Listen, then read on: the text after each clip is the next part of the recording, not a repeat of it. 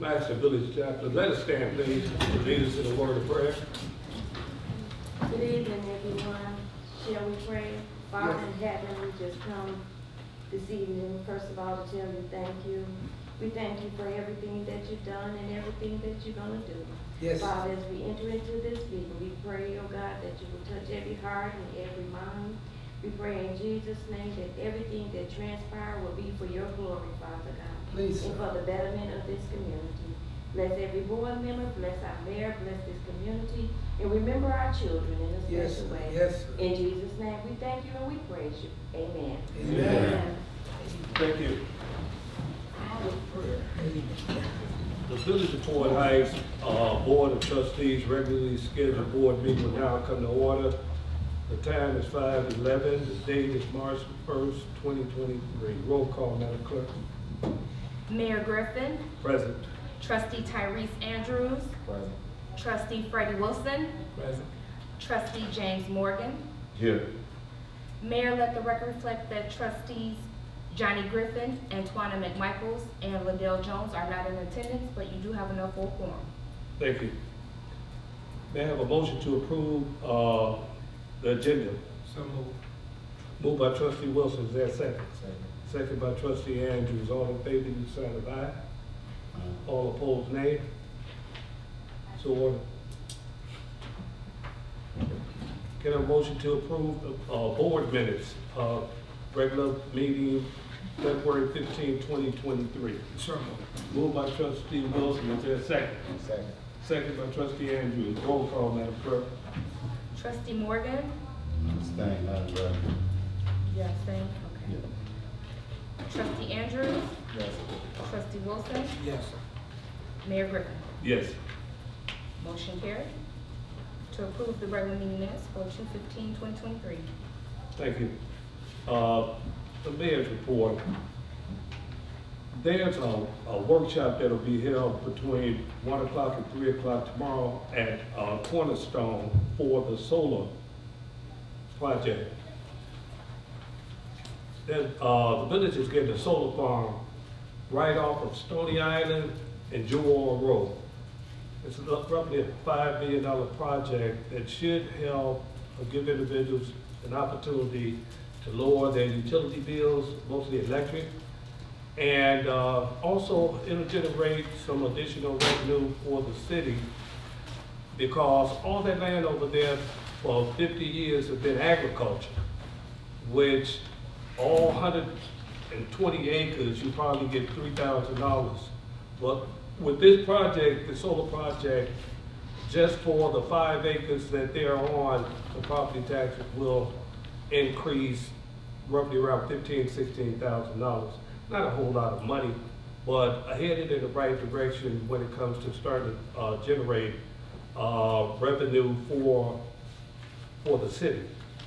And so again, that workshop tomorrow at Cornerstone, right across the street here, I think it's 943 East Lincoln Highway, will be for any local contractors that want to do work or want to be a part of this solar farm, the construction part.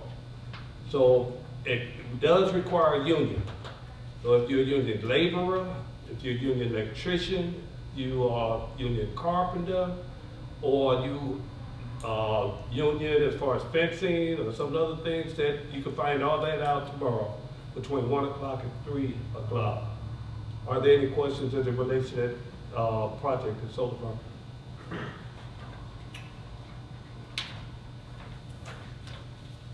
Yeah, I have a question. Go ahead, Trustee. Why has it been held at Cornerstone if it's for the village? Why I decided to have it at Cornerstone is because the village did not have the facility ready right now. To have that type of, we can put we're almost ready at the seniors building, but it needs bathroom stalls. Okay, there's no stalls in it. Other than that, everything's ready. It's, the other facility over there is gonna should be shut down for total remodeling. But those are the only 2 facilities that we have that you can accommodate that type of, the presentation and that type of audience. And so that's the reason why, you know, I did ask Angela Smith, executive director over there, if it could be held in that particular facility. That's pretty much it. Any other questions? You say Cornerstone, you talking about, right next door? Yeah, it used to be Fort High School. Okay, I know what you're saying. Right there. Okay, in addition to that, Diesel Max turned in their architectural plans and engineering plans for the truck repair center, quote unquote, hopefully, which will result into a truck stop over there behind Atlantis Gentlemen's Club. So they purchased the land, they've spent $50,000 doing all the drawings and the architectural planning. They're about ready to go. And so along with the solar farm, some of these projects are coming to fruition. You know, it take a lot of time to get the proper permits and to get all of the engineering drafts and drawings and maps and everything put together for a project that could potentially be over a $40 or $50 million project if it goes as planned. The plan is not only to have the truck repair center, which they're supposed to have a restaurant there, but this same company is supposed to put a 4-story hotel up. 2 stories to accommodate the drivers and the other 2 stories for the public, as well as Diesel Mag supposed to also do the fuel in terms of diesel fuel and regular gasoline. We've referred a number of different vendors to them, restaurants and others that may be interested in the project. We expect for it to, you know, expand into pretty much that same type of complex that they have off the South Trail and US 394.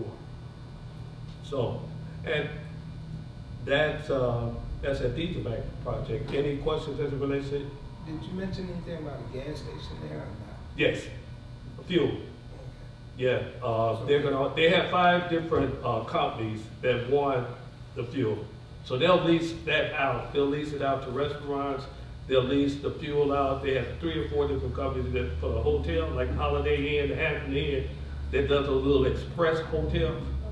And so we're working with them. Their carrier delivered the plans last week.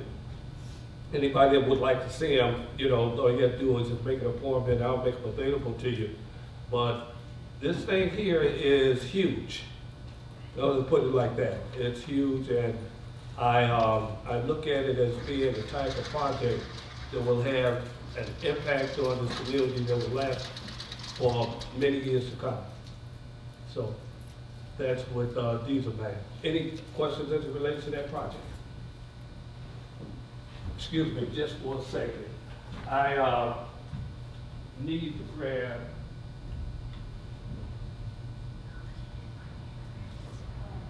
I was kind of running a little late. I was trying to make copies of everything.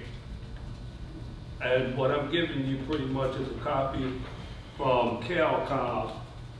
It came after, Madam Clerk, the agenda.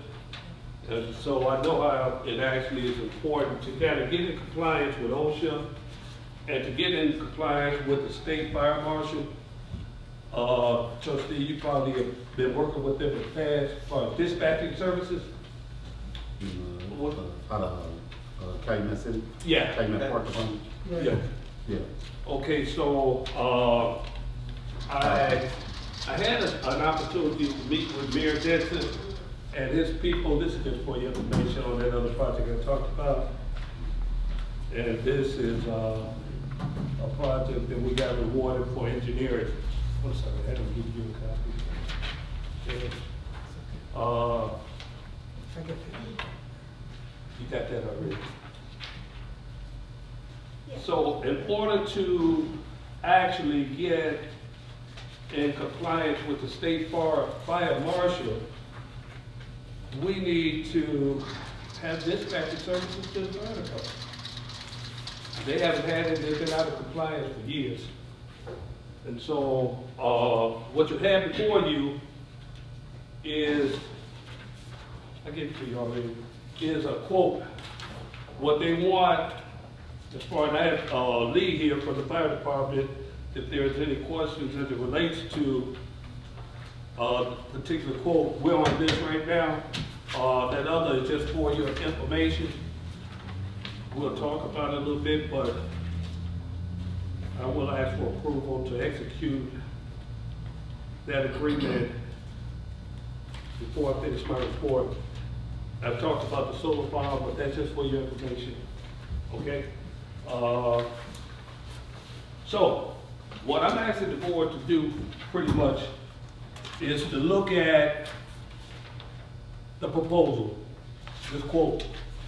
In order to get the fire department to where they need to be for communication services, well, they'll have the same thing that you got in South Village, South Chicago Heights, and everywhere else, dispatch services.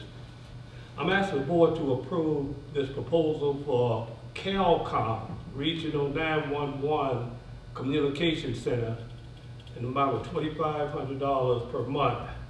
This is an annual contract to be renewed each year. They wanted more than this. I kind of walked out of the meeting. I know Mayor Denson in Calumet City, Cal Park, not Calumet City, Cal Park very well, good guy. And, you know, we needed to do some due diligence and find out some things before I want to even present it to the board. This is the best that we were able to get. So what I'm gonna do is I'm gonna ask the board to approve. This is the quote for dispatch service for the fire department. We haven't gotten to this yet, Steve. And you know about the solar. We've talked about that already. And so first I'm asking before if there's any questions as it relates to this particular proposal. As it relates to this, is what we're on is dealing with dispatch services for the fire department, FEMA. And we've already done this. So, you got the proposal from CalCom, Regional 911 Communication Center. What's the board's pleasure? Mayor,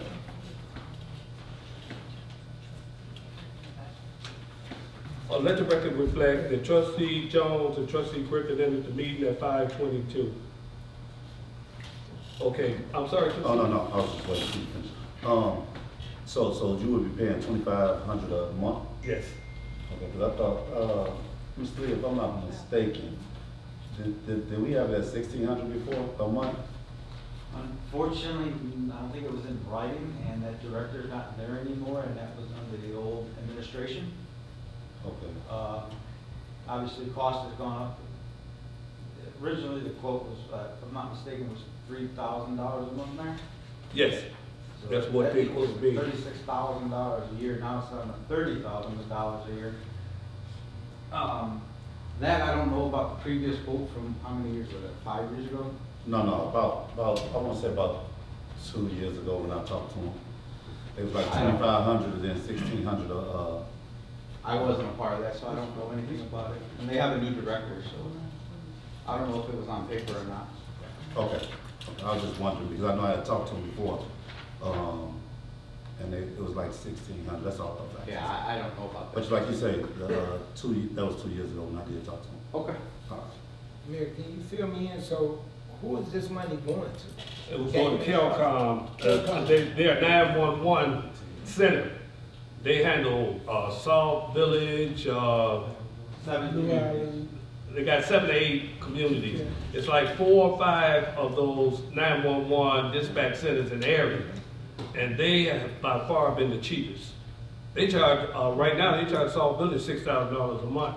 No, Robbins, I'm sorry. For police and fire. But because they do police and fire. But here they only be doing dispatching for fire, which that was my argument that it should be significantly lower because of the number of calls that come in for fire. It's under 1,000 calls, under 500 calls. We're But around, a little under. they would not budge past, it went from 3,000 to 2,500. He would, you know, it's the best they're gonna do. Yeah, I'll just ask him, that's Has to it. be done to Denison. That's, yeah, So Mayor, when we do the, 911 for the police department, the county's paying for that already, yes, correct? yeah. So this They is separate, They go to Maywood, yeah. they separate them? Yeah, they're separate. Sheriff Police will not do fire. So if you call the 911 and call for fire, they won't dispatch it back out? No, they won't do fire. They'll transfer the call to CalCom 911, and then they'll in turn take that information and then dispatch it out to the community, to us. It delays everything that's supposed to happen, your direct call, Correct. if So- it's an emergency or something for fire. That is, at some point, you're gonna have to have dispatch service for all emergency services, you know. And hopefully, like I said, with the developments that's coming to town down the line, who else here, looking at back at a local police department. Look at some point, I think that would be wise, but you obviously have to get to the point where you generate the municipal revenue in order to afford, you know. Is it a year contract? Mayor, Excuse me, would you let the record reflect that trustee McMichael's in his, meeting at 5:26? Mayor, is this,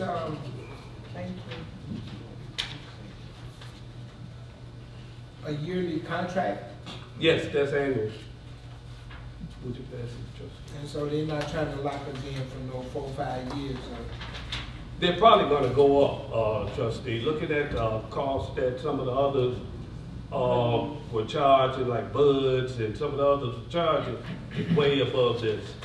And so what they're probably gonna do after, a year, it wouldn't surprise me if they went up. So, okay,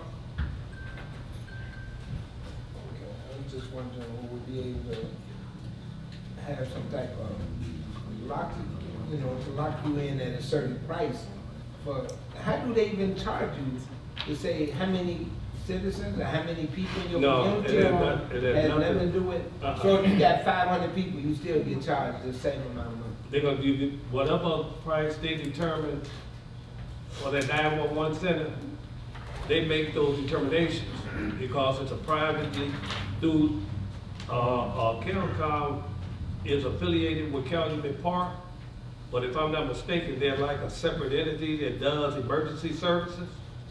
And so whatever they decide, and I met with the chief and I met with all the rest of them along with Lee and the, our, chief of the fire department.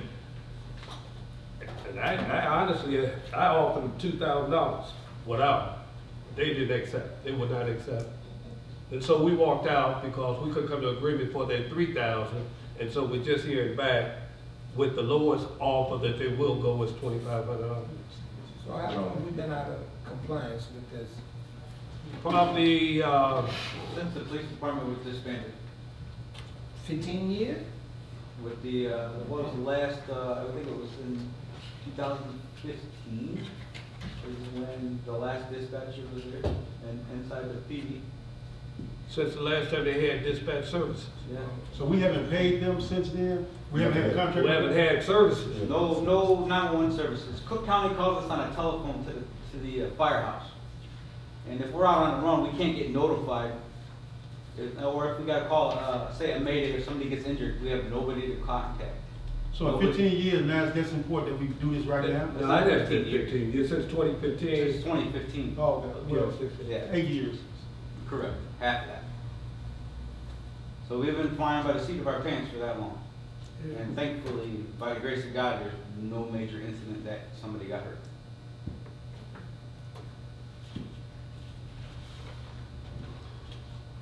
Okay. Any other questions?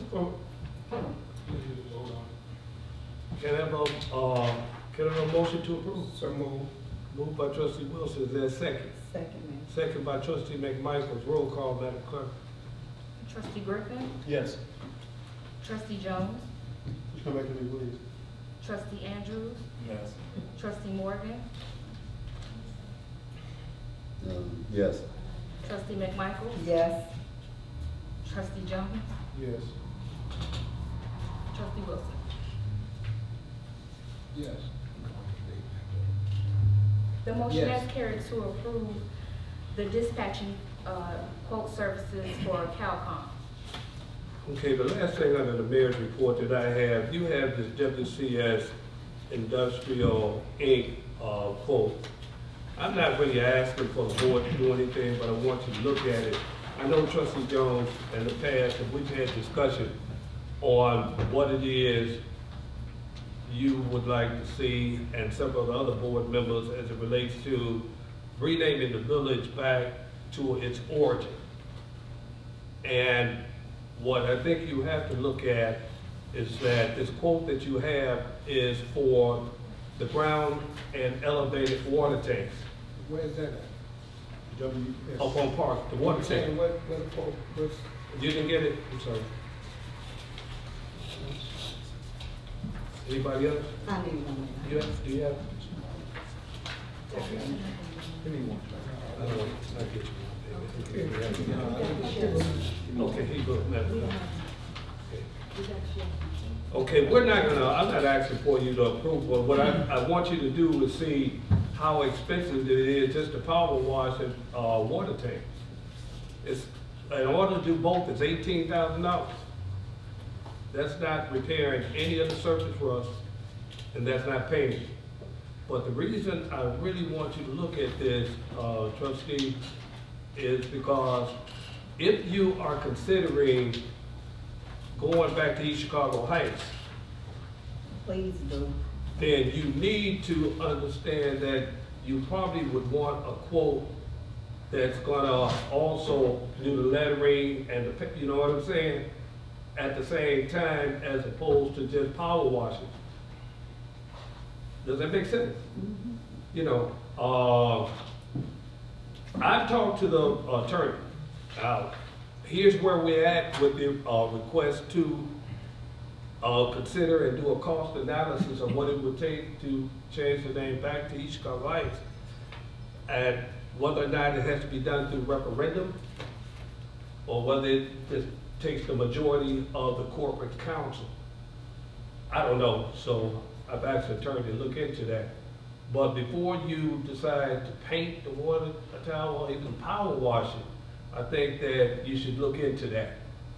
And when you do vote to do it all. You see, it may double, it probably will. But if that's what you are willing to do, if that's the board's disposition to go back to the origin of what this town was originated as, then we need to find out what's the procedure for doing so. Does it have to be referendum? Or does it take Last the, time we have to do a referendum. I think it 8 may, years ago. I'm not sure. That's what she told me. It may, well, probably do then. So can If I we looked do it? into it, Put it on. oh, you have to find out whether we even have time to put it on the ballot right now. It's too late. So you would have to be ready for the next election. You just start doing it. Unless, so Mayor, when we changed it from Fort Heights to, I mean, from East Chicago to Fort Heights, you don't remember, you was on board, right? No. No, that was 1987. No, that was not, that had to be done like, Huh? Beck did that. Yeah. That was done like I 90. was a trustee. I was a trustee back then. That was like 91, 92. Oh, Man, you act like you wasn't there, man. You was there. No, I didn't You get probably into wasn't on board, but you was 97. here. I got in The name 97. changed 87. oh. Yeah, I didn't even live in the town at that point. But, it's been a long time ago. I've been around a long time now. That's, it's anyway. That's it, man, you look, keep it in the ballpark. Good, well, I hope so, I hope. But, what I did do was, ask the attorney to look into how and what it would take in order for the board to do that. So I'm just asking the board at this point, is that your disposition? Is that what you want to do? Yes.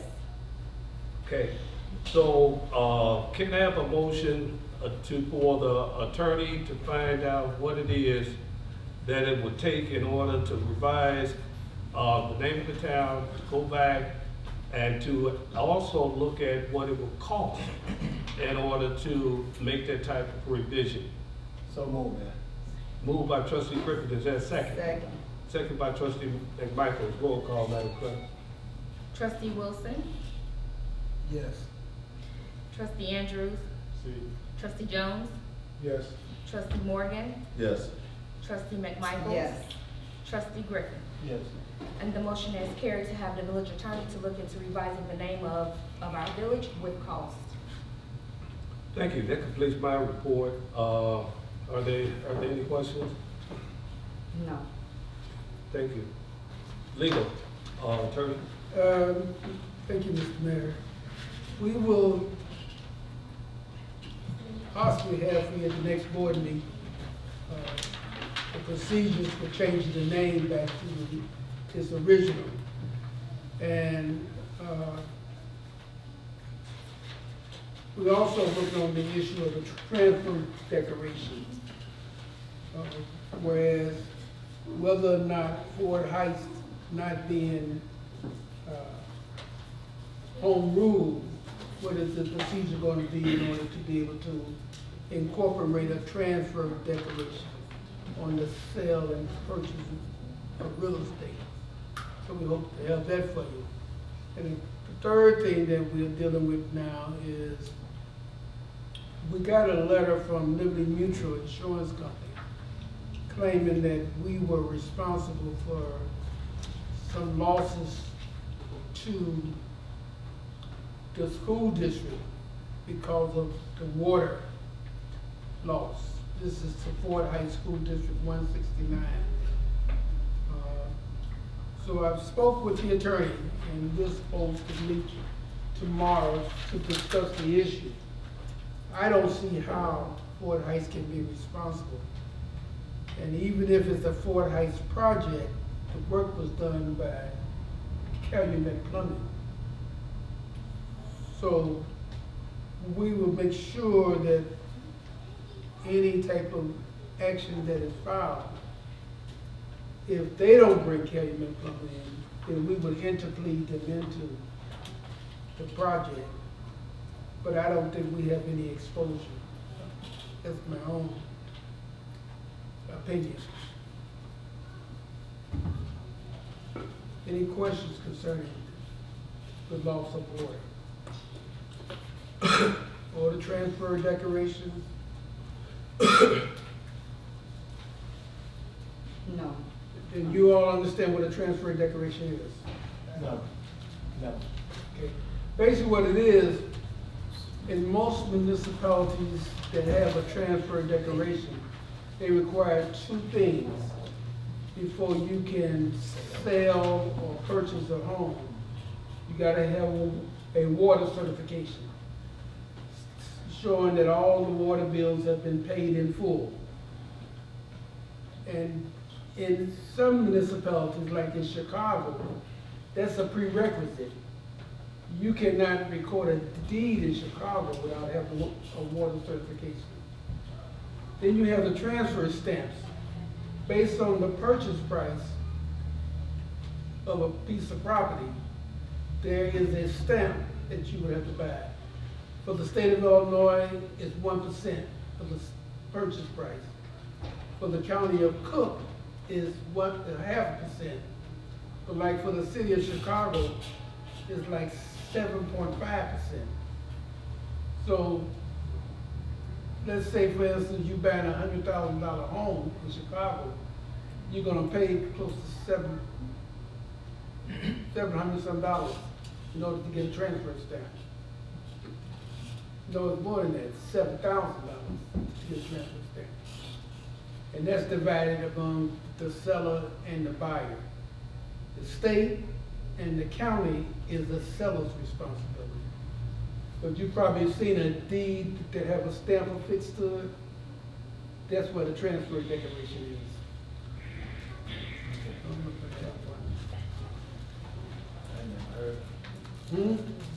I had never heard of it, that's why I said no.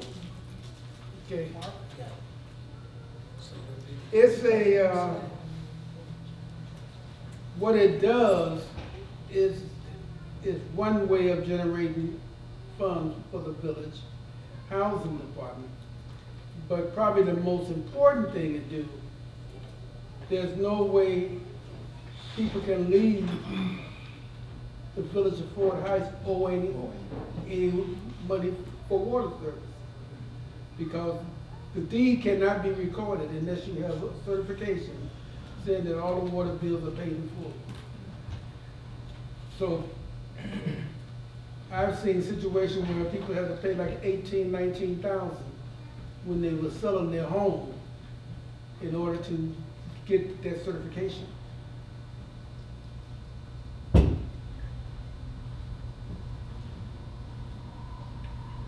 That's all that I have for legal, Mayor. Are there any questions for the attorney? Just to be clear, so you saying, was that under home rule? Or you What? saying you established The transfer stamp is a procedure under home rule, but it's also a procedure when you're not under home rule. so we can adopt it without being under home rule? Right, and Yeah, I'm so- thinking that what we have to do is probably a referendum. Okay. But I'll find out. They have been trying, as part of the Chicago Realty Board, to make it where you must be home ruled in order to have a transfer stamp.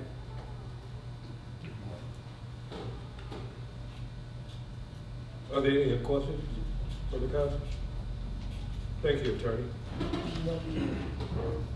Committee reports, License and Finance Trustee Andrews.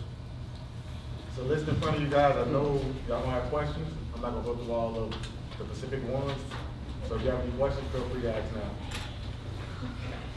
Then Miss Mary, Yeah, but I know. no, I think it's Miss Mary. See this? Come on, yeah. Yeah. You approve this? The I'm bills? sorry, I wasn't listening. Can you talk to me? Yes. The bills right here? Yes. those- Okay. Those bills tomorrow, yes, Okay. yes. So I got a couple questions. The Comcast is for the camera systems at this location? Yeah. Okay. And the senior building repair for the 4,500, I thought we paid someone to repair the senior building. We got That's for the the stalls. stalls, we don't have other For the bodies. stalls in the ladies and the men's bathroom, it's only two things that need to be done there. The stalls, we got like 4 different quotes so far, and the cheapest one was 4,000. So we quoted it out to some people, it's not, we quoted out somebody doing it? And Yeah, somebody else, the stuff is shipped here, but we'll have to assemble it. For them to make the stall for the ladies' washroom, stall for the men's washroom, make sure they're ADA compliant. The cheapest one I got was like 4,000. And the 12,000 for 1324 World Line, what is that for? That's basically what, with that house that caught on fire, you got it almost ready to where you can get insurance on it. The village got probably about, not including insurance money, but the village itself got about 37,000 in that house.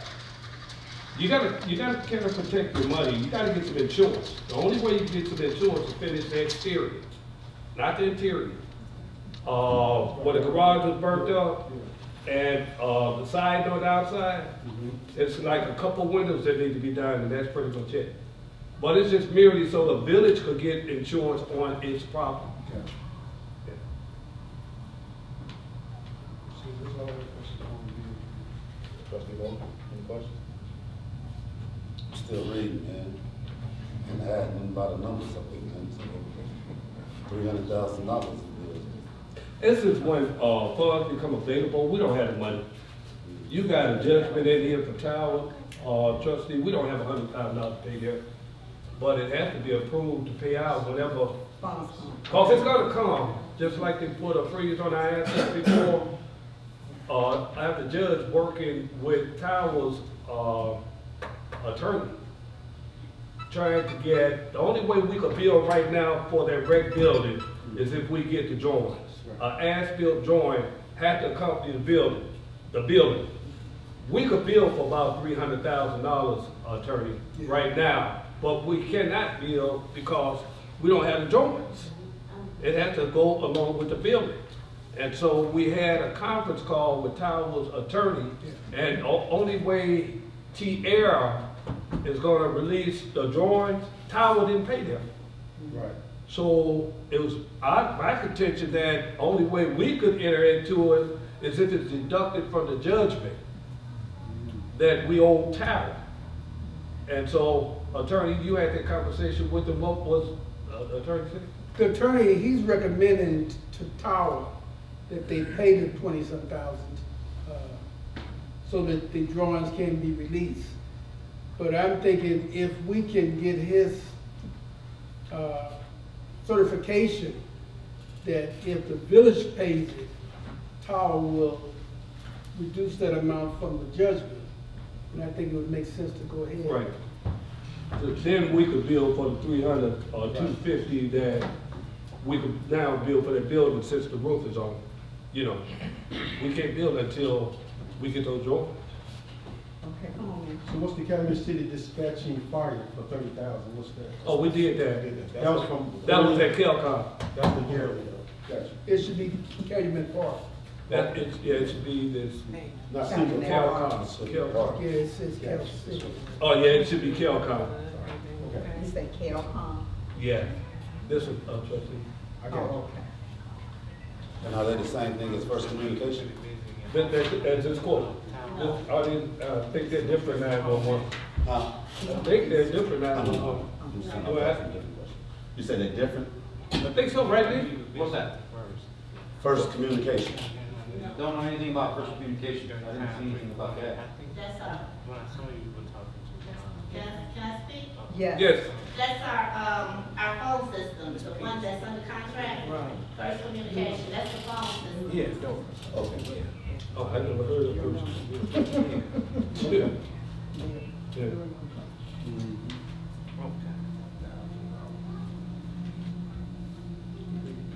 Any other questions on any other items? Can I have a motion to approve? Moved by trustee McMichael, is there a second? Second. Second by trustee Griffin, roll call, Madam Clerk. Trustee Jones, Yes. trustee Griffin, Yes. trustee Morgan, Yes. trustee Wilson, trustee McMichael, Yes. trustee Andrews. Yeah. The motion has carried to approve the village bill list. Okay, I do not have it in front of me, but under personnel, you had a person to resign. Actually, they got a job that's paying them probably about $16,000 more doing the same thing. Marilyn Shavers. And, our resignation's effective tomorrow. Okay, actually, I've had it for a couple of weeks. I got it right after the last board meeting. And what it is that the city of Madison is paying significantly more. So, and we encourage that, you know, we equip folks with skills where they could do better, and they're supposed to go out and do better. And I encourage her, and understand one thing, it's a whole different ballgame. Okay, when you start talking about dealing with cities and start talking about departmental type of structures and things like that, then be ready for it. It's not going to lunch and it's not playing around and jiving around. It's about taking care of business. They're gonna pay you 40,000+ to collect water bills, and that's where it's at. A little bit above 40. Then you're supposed to take it, but you better go in there understanding that you got a job to do. And I'm hoping that we were able to prepare her when she has a successful transition. What we're gonna do, there's a couple resignations. I don't know if we even accepted the maintenance person. But at some point, probably at the next board meeting, I will ask the board to accept both. And to post probably job openings that would probably be filled by the beginning of the new fiscal year. New fiscal year starts May 1st. And so that, we're looking at that. I'm just providing that with you, for you. And right now, we're able to kind of, help out and do what needs to be done in order to take care of the water department. They're not missing a beat. Ms. Diaz kind of kicked in along with Deborah, and you got a couple other people that has been kind of kicking in. So we're fine right now.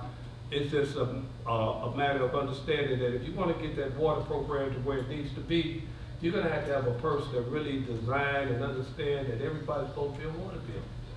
And at some point, we have to go to electronic metering.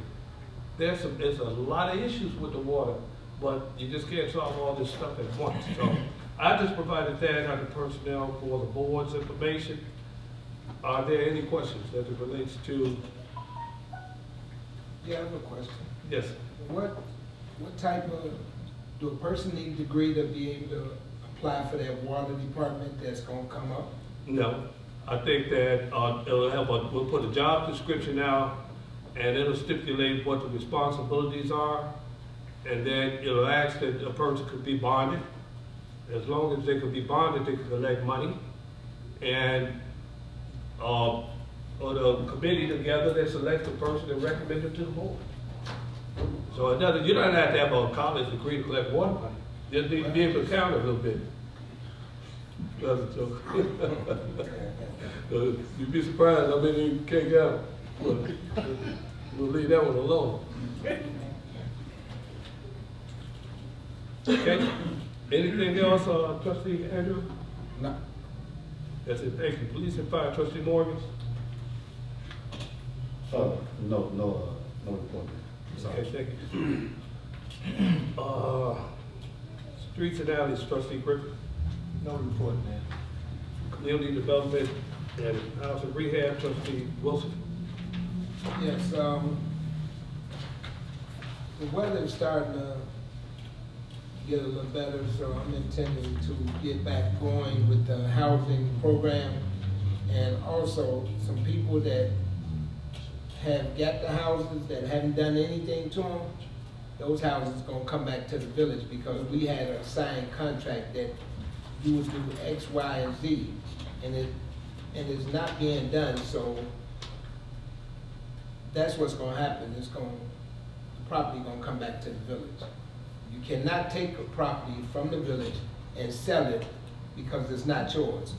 It hadn't been deeded over to you, and I've got rumor that people wanna sell their properties and hadn't done nothing to it. The agreement was that you fix the property up and live in it.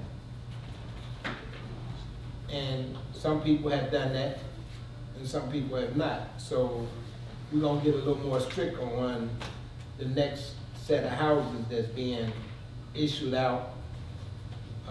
Because it's all about trying to bring people back to the community, not have people to get a house and then turn around and sell it. The house was supposed to be meant for somebody to live in. Now, if you're selling it and the person gonna stay here, that's fine and dandy, but to get a house and then you move out or never moved in, it's a lot of things that's going on with the village that needs to be taken care of. And I'm gonna make sure that this time around, on the housing, it's gonna be a little different. You're gonna have to definitely have that bond money put up for you to be able to show that you can put that house together. And some people come with paperwork that's not really legit.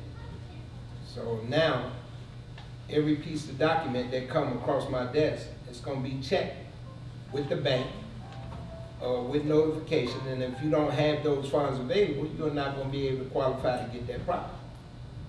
And I'm looking forward to keep moving forward, because the village has done some great things by taking some eyesores and turning them into livable properties that people are actually living in. Down in Sunnyfield, the corner of Sunnyfield, my daughter Malika, I started on her house. She got it going and finished the house, and it's looking real nice on the corner of 11th Street and Sunnyfield. Jermaine took a house on the corner there and put it back together. The people is working to make things happen, and I'm glad to see that we able to move forward with helping the people here in our community, not having somebody come from outside and spending their money. The people that's investing stay right here in Fort Heights. And I'm very happy to see that. And I'm looking forward to working with people that really wanna, even if you wanna get a rental property, if you have the money to put that property together, I'm leaning forward to having you purchase or get that property. So, if anybody have any questions about what I'm doing, I'm about to start up with the work ethic again, because the weather is coming around, and I just want to see Fort Heights do some changes for the better. Trustee, Yes, is your contract in writing? yes, Okay. And I'd they like to signed. see that. okay. I have them in my office. Okay. Trustee Wilson, how many houses do you think out there that might have to come back to because they're not doing nothing to them? How many of them is that? Not sure offhand, I know 2 or 3 for sure that people got, and they, some people have started and got the outside looking fairly decent, but they didn't continue working, you know, and I guess it's a little difficult working in the cold of the winter, so, but I say that wasn't part of the deal. The deal was to get the house together, and you got X amount of time to do the outside appearance, so it looked like someone is staying there or got that property that's gonna take care of you. Any other questions? Well, thank you for listening, and I look forward to continue trying to make Fort Heights be a better and safer place to live and to be. Thank you. Let me also on the housing, rehab and community development mention that I met with Dow Smith for those units over there off of 15th and 16th Street. And I did express my displeasure with the productivity. I think that she should be a lot further along. Now, I don't blame Dow Smith. I blame the county for giving an organization that type of real estate and no money. And so she's overwhelmed, and what I actually did was indicated to her that I was gonna work with the attorney to place mechanical liens on those properties in excess of 6 figures. And so until we're able to see some productivity over there, you know, you can't tolerate it. And I want the village to be a partner in that particular project. Though Ms. Smith indicated to me that she's receptive to the village being a partner and admit the fact that she's a little overwhelmed. She didn't know that the project was as huge as it, well, you've been there for 7 years. You should be overwhelmed. If you got 8 units, 8 apartments ready out of 98 in 7 years, it will take to 2050 for you to finish that project, maybe 75. But at any rate, I think that what we do is, I asked the attorney to look at scheduling a meeting with Ms. Smith. Any of the board members, once the attorney does it, is welcome to attend and participate. I'm not interested personally in anything other than rehabbing those units over there off of Ellis and 15th and 16th Street. It will help the number of kids in school. They'll help our population count, which is down below 2,000. And there's nowhere in the world, I believe, the population in Fort Heights is under 2,000. But that's what your census count say, which means that your revenue sharing check money is low, which means that your motor fuel money is low, which means that your local distributed tax money is low. So we had to seriously look at trying to not only rehab those 80 or 90 units over there off of 15th and 16th Street. We're working with the Fort Heights Cooperative where you have 100 units. And they got $7 million to rehab those units in 2015. They only have 46 units that's been rehabbed. You roughly have another 40, 45 that need to be rehabbed. They just hired a general contractor for that. And so if you look at it, if you could get 15th, 16th Street rehab, whether you enter into some private investment with private investors and private capital, whether you enter into it, the village makes an investment and go out and get some resources, enter into that type of agreement. I'm asking the attorney to come up with something that benefits the village. If the village had to go get $300,000 or $350,000, the village need to control that money till the village is repaid. that'll pay that loan. You see what I'm saying? But we have to work together to expedite that. It looked like Beirut over there. And so I'm working with her, I'm gonna work with her in reference to trying to get some street resurfacing money for 15th and 6th Street through CDBG this year. The application is due March 17th. And so that's something that's an initial start, an initial gesture that the village is willing to partner. We only wanna see those units complete and done. Where it improves our count, that will improve our count by 400-500, easy, or more. Do you know how much money that is? And so I just want to keep, nothing's been determined. Those meetings haven't been scheduled. I'll let the board members know when those meetings are scheduled so you can participate. But the Ford Heights co-ops, we need them to finish that project. Dow Smith is going to be much more difficult, but we need to partner with her, try to bring in some private investors, or do whatever we have to do to get those units done.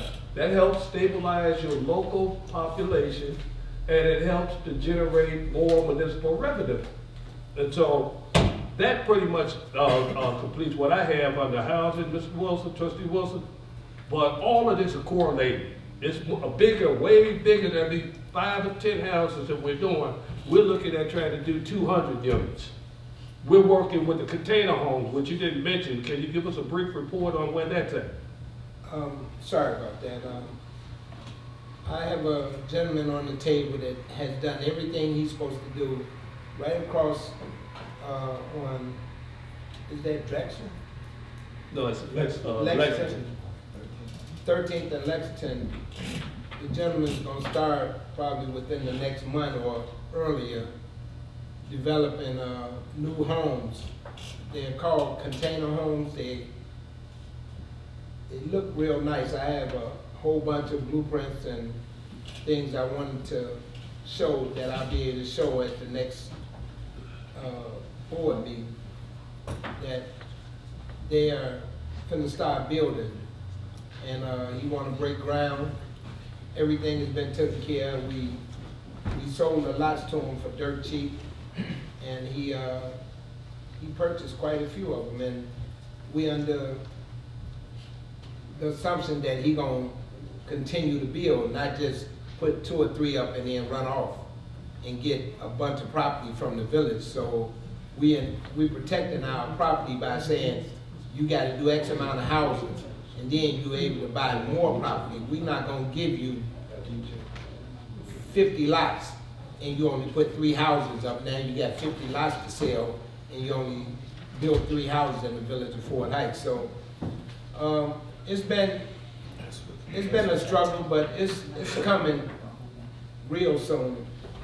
Right across from the church down here on Lexington. I'm looking forward to working with him. Gentleman by the name of Daryl. It's just been a long time coming, but it's coming, slowly but surely.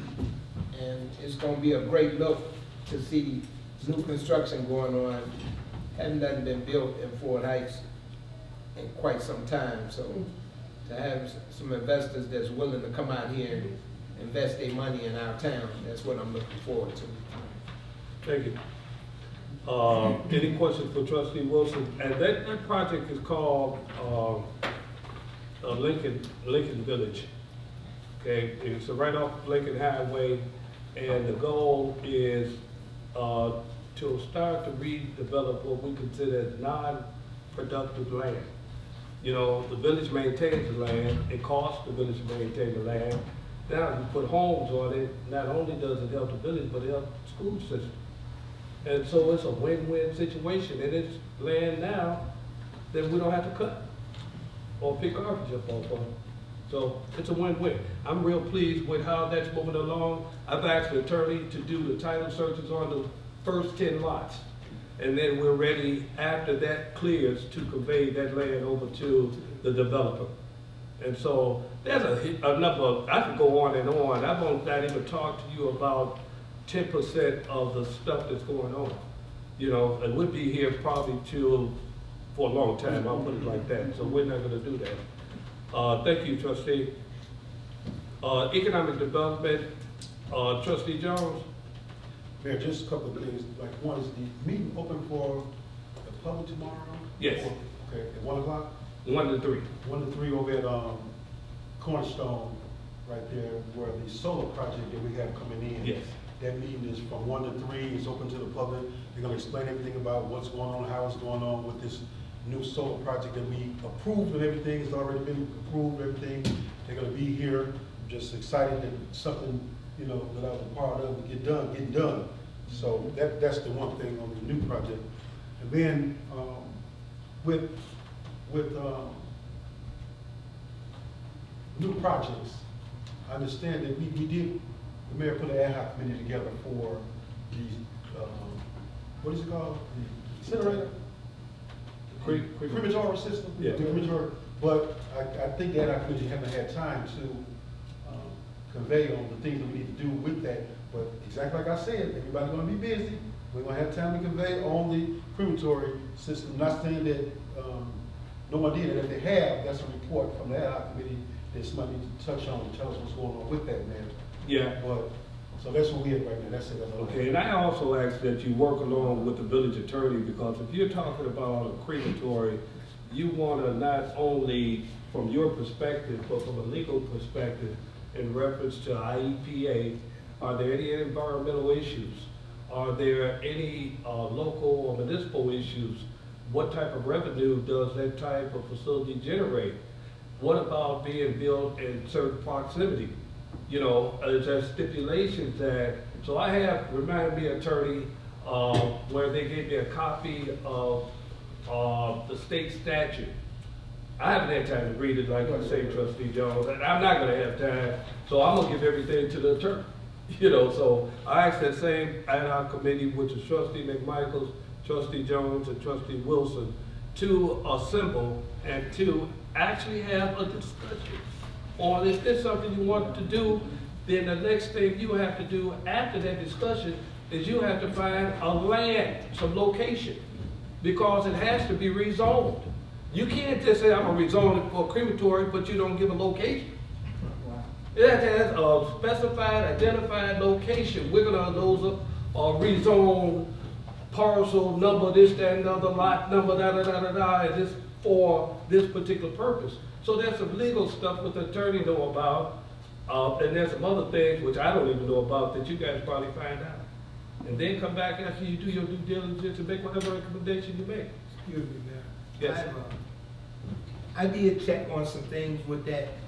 I called Park Forest and I spoke to a gentleman. Park Forest has that set up in their town, in the residential area, and it's been there for 20 years. And he said he had no complaints on the table from 20 years of doing business. Now, 20 years ago, the technology is nowhere near what it is today. Mm-hmm. So, and it's still running. Now, and it's owned by, Is this a crematory? yes, and it's owned by a guy that owns the. Can you get the name and location Now, of see, it? the thing you gotta be concerned with, they may still be doing business and everything, but are they grandfathered in? Well, I don't know about that. I'm just saying, he told me to check and find out if these other towns had crematory. Now, Yeah, Park Forest has a crematory system, and they said it's been in service for 20 years, and they have no complaints on the table at all with a crematory services. And it's If owned you by- could get the address and the location, Yes. a name of the business, that would help. And he mentioned that it'd have to be special zoned. He did. Yeah, definitely. C3 or something, he was telling me that. and you need to know, is it in Cook County Yes, or Will County? it's Cook County. We know that for sure. Yeah, well, I'm not sure. Part of Park Forest is Yeah, Will. a part of Park Forest is Will County. It could be Will County or Cook, I'm Okay. not sure. But We this can is find in a out. residential area. Yes, and Park Forest, that's happened. Okay. Okay, so still ask for that ad hoc committee to get together, get those addresses, not just your conversation, but get the addresses so the attorney can do what he needs to do. And then you guys can communicate back and forth and make your recommendation. But while you're doing that, you also have to try to identify, like I say, a location, you know, so. Anything else, trustee? No, sir, that's it. Okay, again, for that solar project, they're looking for contractors, local participation. So if you have any local businesses, that's union, this solar project is union.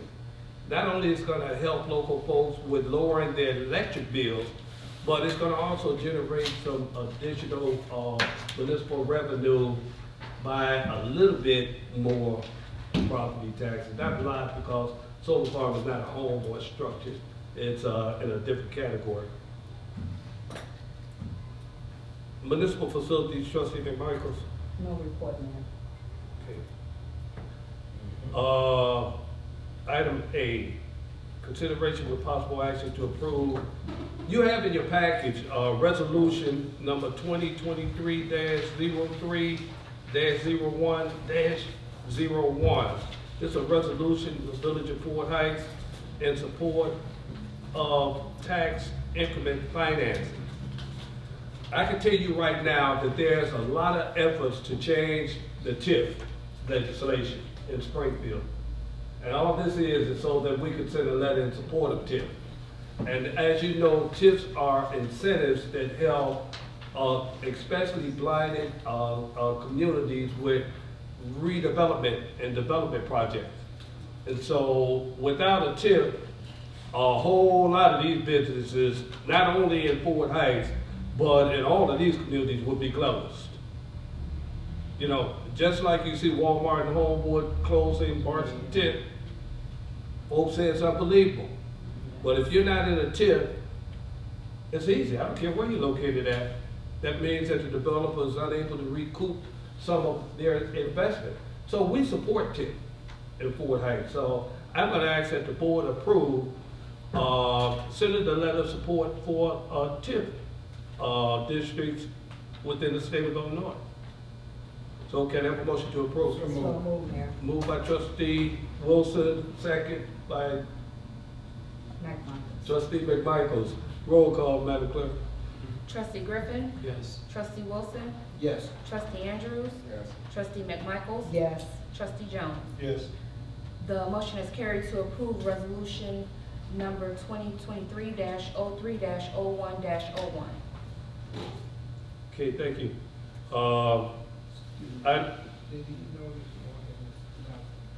Yes, and it's on Did what?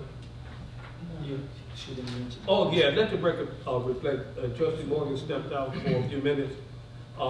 He shall return. That was approximately at 6:07. Thank you. Item B, consideration with possible action to approve resolution 2023-03-01-02-2023 CDBG capital improvement / demolition and economic development project application. This is a resolution allowing a mayor and engineer to put together an application for CDBG for 2023. So can I have a motion to So approve? moved, Mayor. Moved by trustee McMichaels, is there a second? Second. Second by trustee Wilson, roll call, Madam Clerk.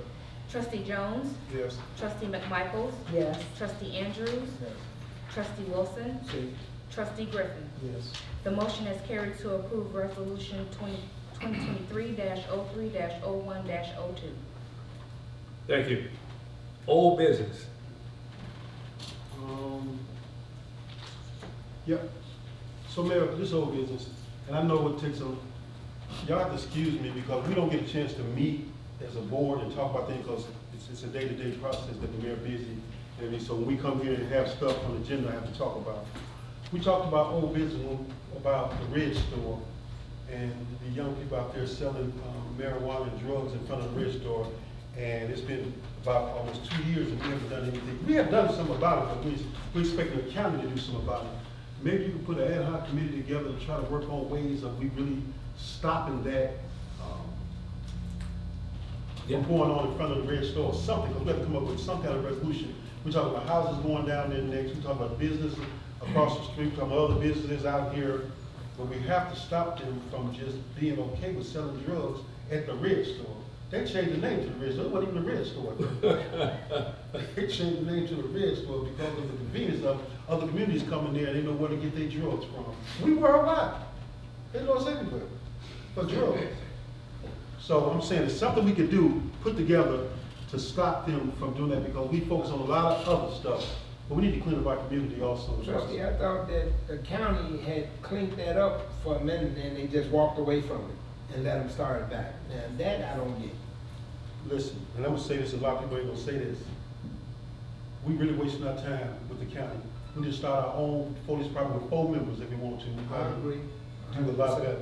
But I know financially we can't afford it right now, but with some of the development coming in the community, we hope that we can get that going that way. But we have to do something because I've seen a lot of adults don't even go into the Red Store anymore. People don't go into the store anymore. And that's like one of the only stores in the community, unless you go up to Ricky's, they got that. What we gonna do? We gotta do something. So can we please just throw some thoughts in I think that's a great idea. Why don't we take the same ad hoc committee and give them multiple tasks? I agree. I think that as you start to get these projects in, and establish the new tips and generate new revenue, that you look at the local police department. Because the Cook County Sheriff is only gonna do so much. We already know that. And so come up with whatever recommendations, I think that, the same committee, you know what I'm saying? Let's deal with both of those issues. Because if you notice when the white, I don't know, whatever the name of that store was closed, you know, you notice the difference, right? And so whatever we could do to make Route 30 a safer thoroughfare as well as a safer environment for the community. Let me ask you a question. Yes. In reference to that white store. It has been closing at 8 o'clock every night here lately. Was anything sent to them from up here? No. I don't know if they have staffing issues or whatever it is. I haven't had a conversation with Sam about Yes, it. the white store, when we went and inspected, it didn't pass no type of inspections. And so here's the deal. What you have to do is follow up in writing about your findings. When you do an inspection, I would bet right now that no one's forwarded them anything in reference to violations. You see what I'm saying? Woods told me he was writing it up, so I don't Okay. know if he Would you did check it or to see not. whether that occurred? Yes. All right. All right. Let me ask you a question. Have anybody called the health department on either store? Yeah, we Because have. everything in the stores is outdated. Yes, It shouldn't be so. Not everything, but quite a bit is Well, in there. let's say 75% of it. The white store is closed down. The white store is Yes. gone. They White took all- stores closed down? They took everything off the shelves and threw them into the dumpster, into the garbage, and then they're transferring ownership or renting it out to somebody different now. But everything on the shelves is in the garbage. And Can it they, should be, can they because it do was all that without outdated. coming through us? I mean, I can't do it, but they can. Y'all wanted me to do it, but y'all let They them have to do get it. the, I didn't even know. I didn't even know that was Before they happening. change anything, they gotta get new Yeah, license. that's my question, Yeah. basically. You Okay, know, we don't want to open that place back up. so let's follow up on that, Trustee Wilson, with the correspondence from, a building department. Besides. Okay. Fine. New business, anything? Yeah, no, you know I got a little something. So, Mayor, on new business, No, you want to hear the next we need to really, you ready to go? Come on, you just Oh, prolong you gotta go, y'all, you need to Do go. a camera. So, Mayor, on new business, we need to really take a look at our water billing. We are charging 10% on late fees, and it's doubling up and tripling up, and we killing our people with that 10% on water fees. So check that out, just check that out for me on the water system thing, because the late fee is really hurting our citizens. And I noticed one more thing when I came in the building here, we have CETA going here. Ms. Wilson is doing the CETA program, and I believe she's doing a fine job. But when you come in, I had CETA over at the center. They made me get into an office with people. Because I've come inside here and people were embarrassed. They were ducking down when they saw certain people's faces because they didn't want people to know that they were there to get help. So we should consider trying to get Ms. Wilson in our office so that way it'll be a little private and people won't feel embarrassed about getting Lockheed or some kind of help. And plus, I think that CETA may be having an office. They may be having an office with where I was doing business like that. So maybe we should consider putting Ms. Wilson in the office somewhere so people won't feel embarrassed, they won't feel like ashamed, because it happens that way. Let me just say that we contemplated that, but for safety reasons, right now, for her to be back there by herself, I would not do that. But we're gonna get additional help. Once it's additional help, or somebody, you know what I'm saying, could be like present. I do not want just a female all the way in the Could we back. check with the statute of what CETA says? Well, it's not CETA, it's the Department of Wait, Commerce. Yeah. Yeah. Because I'm saying, they may be put it in an office for. We're gonna get whatever there, reason. trustee. We're gonna get there because at some point, we will have multiple people over there. At that point, I think it'll be fine. But to have, you know, like I say, It still won't be a fine. female back there by herself, and with all the things that's going on, I would rather for her to be out front at this point. Who gonna help her in the front or in the back? I'm just curious. Oh, we'll have more staff. Oh. Yeah, we'll have more staff. Okay. Thank you. Now, this part of the agenda, I think you all want to actually stay and pay a little attention to. I'm going to ask Village hired a CPA to go back and to try to put together the accounts, the trial balances, and to do the auditing. As you know, the village is about 3 years, almost fixed to be 4. So we did give her a 50% retainer for the first 2 years. I'm gonna ask for the CPA, Ms. Val, to come forward, please, to give you an update on where everything's at, and at the same time, she has a request from the council. So you come forward, please. This CPA, introduce yourself, and the floor is yours. Oh, thank you so much. Good evening. Thank you everyone for having me. My name is Valentin Arnold. I have Arnold Non-CPA Advisory Services, and I was engaged to be your auditor. And we started this process, as you know, sometime last year. And when I came in, one of the things is I was made aware of the situation that the village was in, and we had some discussion about how we could get the village through an audit. So I wanted to share with you a couple of things. So when I first came in, the first thing I did was meet with the mayor and the consultant, as well as with the finance department, the village administrator and the finance department. And we came to a discovery that you all didn't have any books or records available. So when you don't have any books and records available, there cannot be an audit that can be conducted. And so if there are no books and no records available, that puts the auditor, me, who is independent, at a scope limitation. So that means that you would not be able to get an opinion. I would have to disclaim the opinion, and I would have to walk away from the engagement, or what they say would be a withdrawal from the engagement. So fast forwarding what was kind of a discussion to say, you all need an audit, and you want to get through an audit, then what would be the next step? So what was the next step was to get an independent CPA, someone independent of me, because I cannot audit myself. So I could not put your books and records together because I have to be independent. So there was an independent CPA that once served for the village of Floyd Heights, that came in, that had familiarity with the village, and then that person engaged and started trying to recreate your books and records, okay? So the data that was down dumped, and we call it a data dump, that was down dumped into your QuickBooks desktop system went all the way back to 2014, but it was not complete. So the data had to be kind of recreated, which means all your chart of accounts had to be recreated, things had to be put in proper fund balancing, there had to be trial balance, there had to be something to give me to start an audit process. This process did not get complete until January of this year, late January of this year.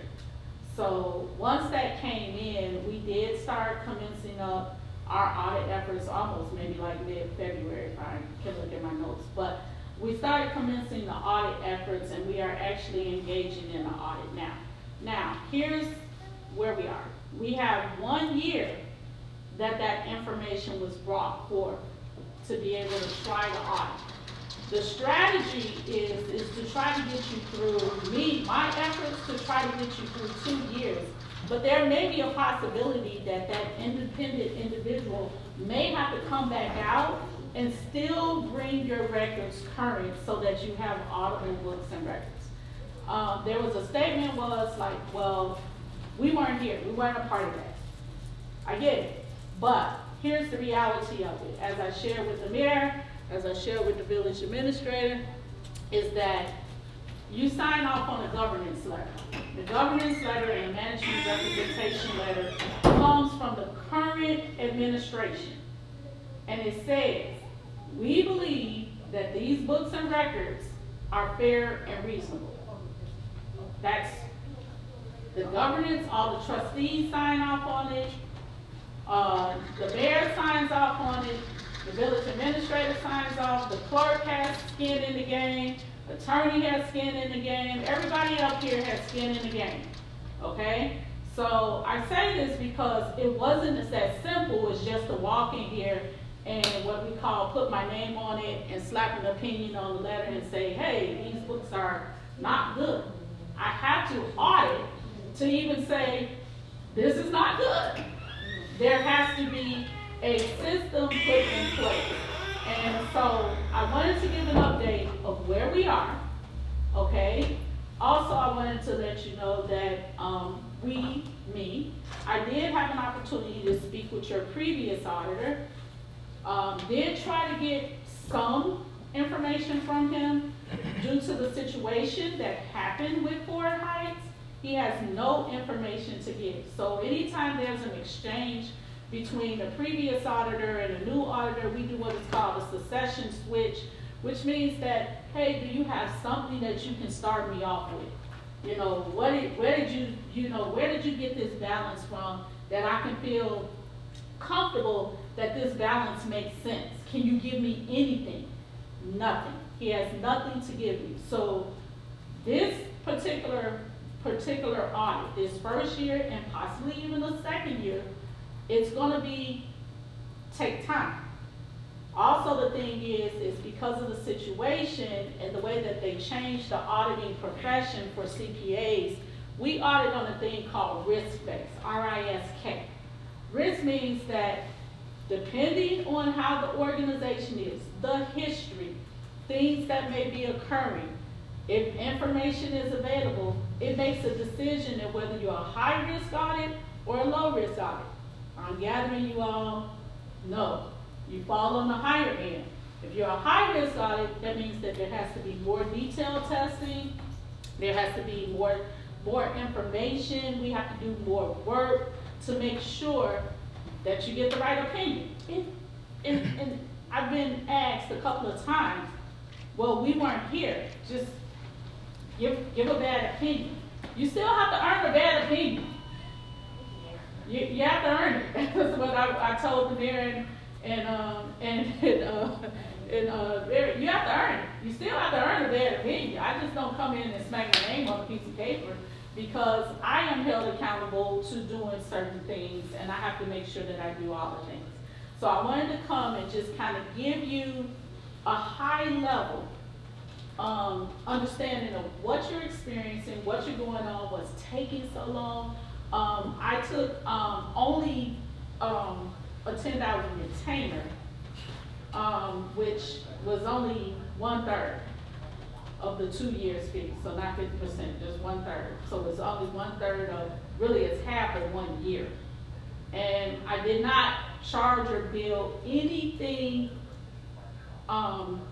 since then until I actually, and I shared this with consultant Bertrand, until I actually felt like that we could get some traction and I could come out here and what I say really get this auditing going. So, but during that interim period, I have had several meetings with the prior CPA. I have had several meetings and discussions with check-ins with the CPA that was trying to get your books and records together.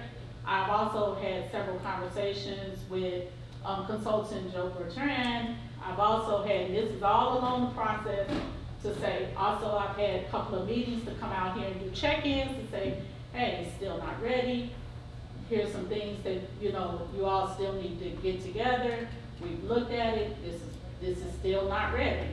The last meeting that I was able to come out here, I feel that we have some traction right now, where at least there is a chart of accounts system that's in place, where at least there is what I would say some fund balances with fund balance account that we can come and we can start. So we have some traction. We at least have some footing and some foundation that we can start building off of. What is happening next is next that now I'm starting to ask for information. So again, there's a secure portal that has been opened up. Information is going to be asked from various sources. How quickly that information comes together and is provided, that'll progress this process along. We are asking now for 2 years worth of information. 2 years, so we're going from FY20, FY21. 2 years worth of information right now that we're trying to get. And again, the independent CPA only brought your books and records to FY20. We still have not peeled back that onion to actually see, is he gonna have to do some work to get you ready for FY21? I don't know. But the procedures, while you're gathering information, my strategy was, while you're gathering information for FY20, I'm not gonna send you back and tell you to get the same information for FY21. I would also say, start sending it for FY22. If you're doing it for FY20, you know it's gonna be the same thing needed for FY21, send it up for FY22. If it's board minutes that are being asked for, send them all the way through to current. And then that way, it makes sense that as we're starting to take all that information and do testing and looking at things. That kind of gives a summary. I do want to explain again, the responsibility of FY20, FY21, FY22, FY23 rests with the current administration, whether you were here or not. Questions? Yes. So you referenced to the situation that happened. Can you expound? There was some impropriety that was brought to my attention from the former administration and then the administration before that. I don't know. You know, all I can know is that there has been an investigation. This is all third party to me, given to me by third party, which then brings you all up into a high risk audit. Okay, so after talking to the predecessor auditor, the mayor has been very forthcoming, the village administrator has been very honest and forthcoming and transparent with situations that have arisen in the village. And so from that lets me know where we have to go. So this question probably wouldn't be for you, probably Mayor, if you understand what happened in the prior to that, like 2019, 18, 17, 16, there was an investigation going on. Did we ever get anything from that? No. One question. I was just over here thinking, you had no documentation in reference to these audits, right? No. To the auditing. No records were left for you to go through in audit. So right now we don't know yet. So let's back it up just slightly. For the past auditor, for 2019, I have his actual audit report where he gave the opinion. But there are things what we call a change of hands when you switch with auditors, with audit companies. It's just a professional courtesy to help you start getting your footing. Do you have any work papers that you can offer to me as we're changing hands to, you know, continue on the engagement to help, you know, get the next year's audit? As far as Mr. Amatosha and Associates, he didn't have anything that he could give me. Now, to expand on that, that's just his work papers. Right. He doesn't have to give me anything. It's a professional courtesy. He doesn't have to give me anything. My question Now, is this, you have no documentation. So how are you able to find something that they didn't leave here? Here we go. So now moving on this side of town, on the village side, that's dependent on what the village provides. So let's be honest, bank statements, you can get from the bank. Payroll records, you can get from a payroll company, okay? Cook County property tax revenue, you can get from the county.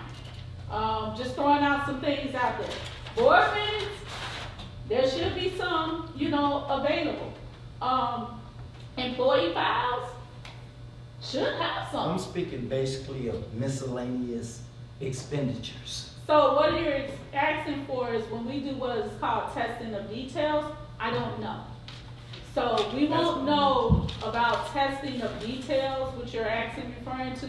So if there's an expenditure that was said that it was expense for something, and then I look for what is called a source documentation, I don't know until we get to that stage. We never could get to that stage Right. because you didn't have any records, you didn't have a trial balance to even start. You didn't have anything for us to start the process with. So you're asking me about testing of details, we'll have to see. Excuse me, is that illegal for you not to have no documentation from a municipality that's running a day-to-day operation? And who do you,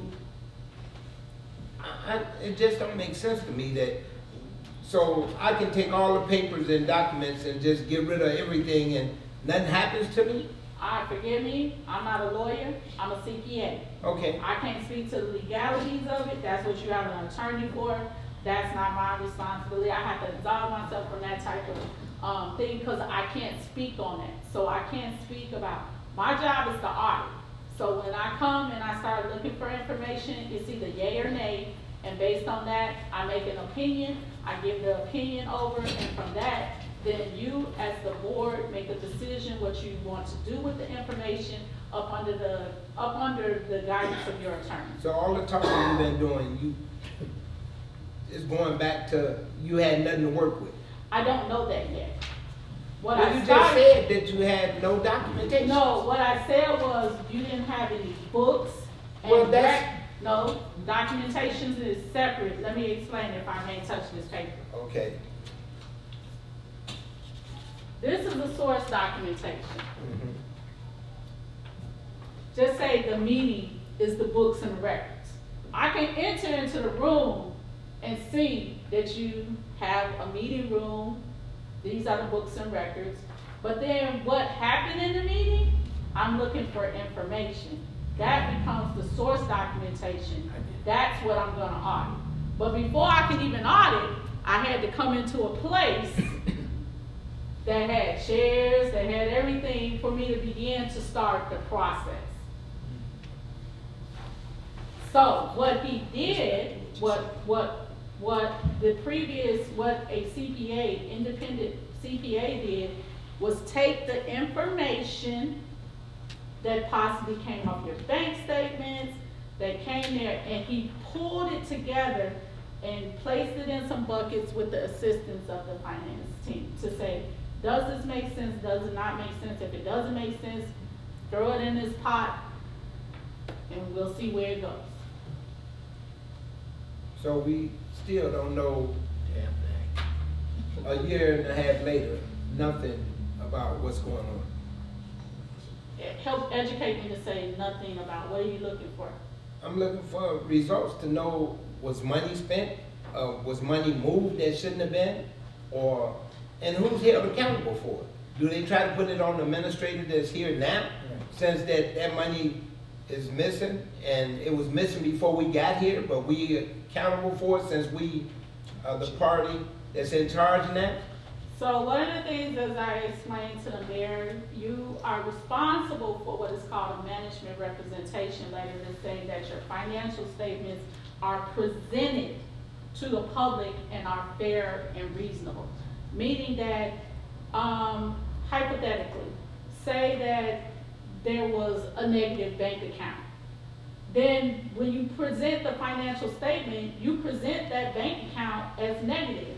The board says, we see that that bank account is negative. Now, it's not saying that, it's not making any allegations about how the bank account got negative, but it's saying as a board, we understand that on this financial statement that we're presenting to the public, to the county, you know, to whoever it is, these third parties, that we only had $0 in the bank at this time, at this period. That's the responsibility of the board and the administration. Now, part two, when I go and conduct the audit, there may be a statement. For instance, I already know this is one out here that came past and I've already talked about, where it says the municipality really doesn't have a handle on capital assets and capital asset purchases, meaning what the value of all the fixed assets are in the organization. That would be what we call as a finding, and from the finding, then this is where the attorney and where the administration, everybody, you write a response. And then your response, that becomes your defense.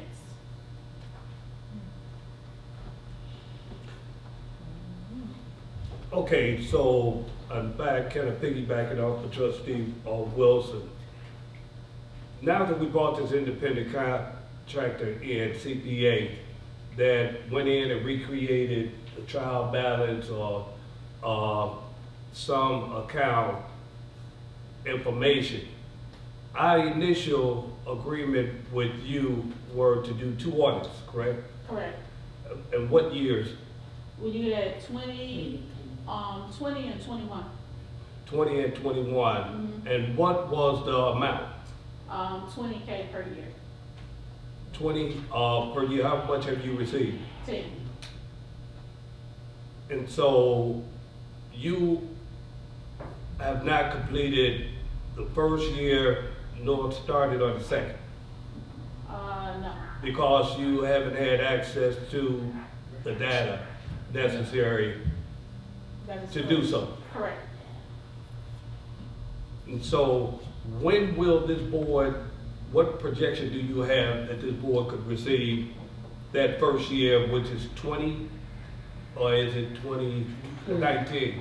Well, I don't want to put false hope out. My goal, I'm just being honest, because we just got a foundation, so it's all dependent on how soon can you produce records, how soon can information be provided, how soon can confirm. So just to let you know that there was some work done, so I confirmed your balances at the bank account.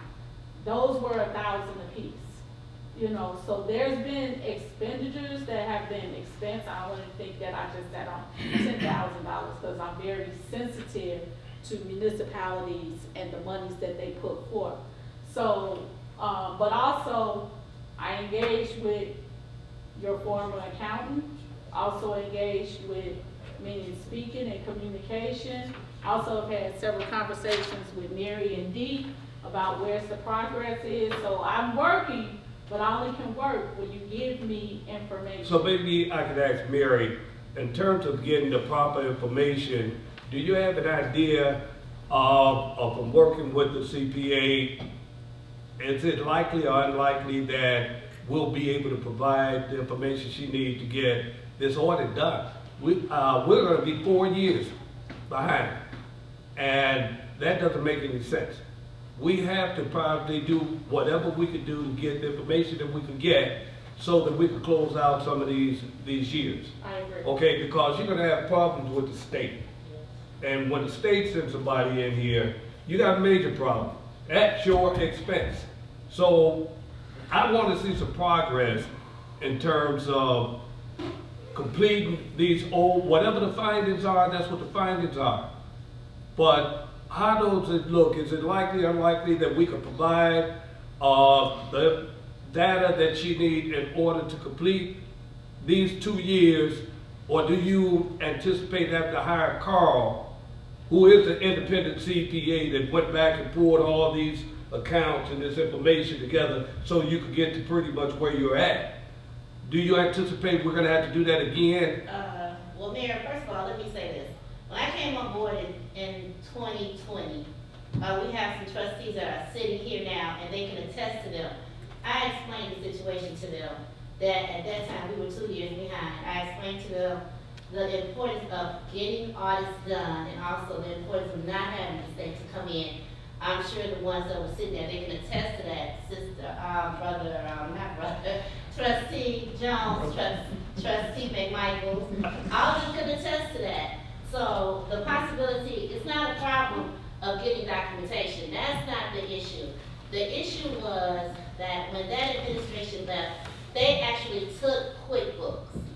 So the problem was actually recreating QuickBooks, and then Greg went in and he thought that he was being smart. He took 2014 and put in to the QuickBooks that we had, which was 2020. So what Carl did was he had to almost eliminate 2014. Getting documentation was not the issue. We have documentation. What we have, as I explained to the CPA, we can only give you what they left here. We cannot create documentation or anything of that nature. Now she started. We are actually providing her the documentation that she's asking for. So we are, in my opinion, we are actually on target in reference to that.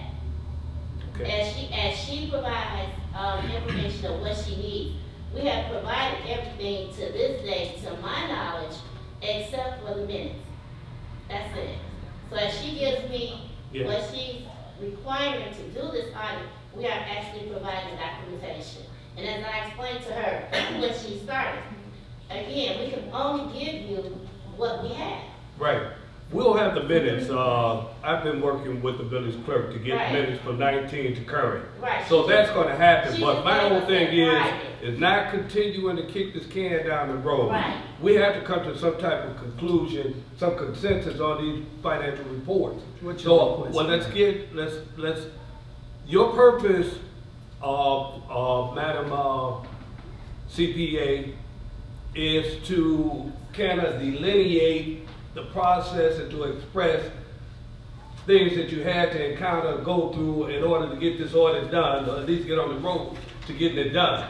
But your underlying request is that you need additional.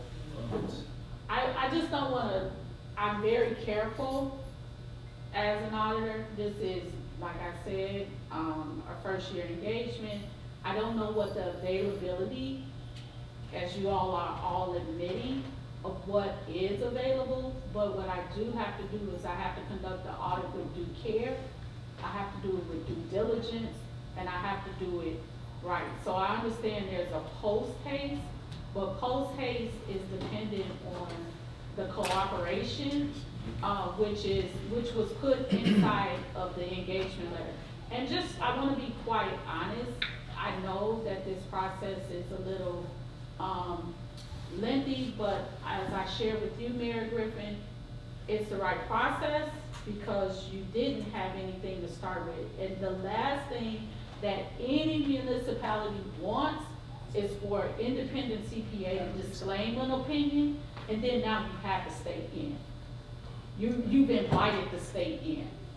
So if I would have walked away, which I had every right to, I had every right last year to say, hey, I don't want to even, work with the municipality. This seems very risky. This is, this opinion is at a scope limitation. But I stuck it out with you all, understanding that there could get to an end. Now, to try to say the pressure to play, I do things with due diligence and care, and I'm fair, I'm firm, and we'll get it done. And I do respect that there is a number of years, but we will get it done and try to get 1 year at least done as soon as possible. And the goal in my mind is before your end of this fiscal year. That's the goal in my mind, the worst case scenario. Because I don't want you all to go into 4 or 5 years. So I do respect it, I do honor it, but I also just ask that, you know, you all respect the process. It's what I was inherited, and I have to do the job right. So Mayor, Any questions from the board? there's one question I have, and this attorney maybe can help me with it. From my hearing, that when the last administration left, they took stuff with them. Everything. It's been 2 years, and we were waiting for the CPA to be like our savior, to tell us, hey, they took this, that, the other, and so therefore now y'all can maybe try to press charges on what they took. Is there any kind of way, so this won't happen again with no administration, that we can start a process on pressing charges for the things that they've taken to put us to this position? Well, first you got to identify what was taken and who, if anyone, took these things. Well, so here's the thing. Mary said that QuickBooks was taken. QuickBooks had a lot of information on it. But who took QuickBooks? We're gonna say, Say their culture. yeah, say the mayor. Hypothetically, it was There'd be more than finance hypothetically director. when you just make. Well, let's just so say take the the term. finance director took it along with Mayor Coulter. This is what I was told, attorney. Okay. When I came on board, we did not have QuickBooks. QuickBooks has all the financial records in it, as you know. There was nothing. I was told everything was in the clouds.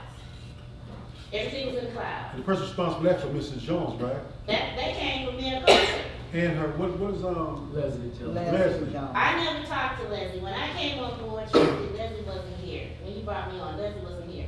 All my communication was with Mayor Coulter. So we had no QuickBooks, we had no type of documentation, we had nothing to work with. And she admitted to taking QuickBooks? They took QuickBooks, You know what I'm they saying, took all but kinds, did yes, she she make did, all an kinds of admission? documents. And the problem is, with no QuickBooks, you can't go back and verify any documents, any financial transactions. What are you verifying if you don't have QuickBooks? The only thing I would say is to write it up, and then we can possibly call the state's attorney integrity department and see what they consider possible charges. And I want to just say, you just didn't have an accounting platform. So QuickBooks was the accounting platform that housed, but there's some municipalities that use Locus.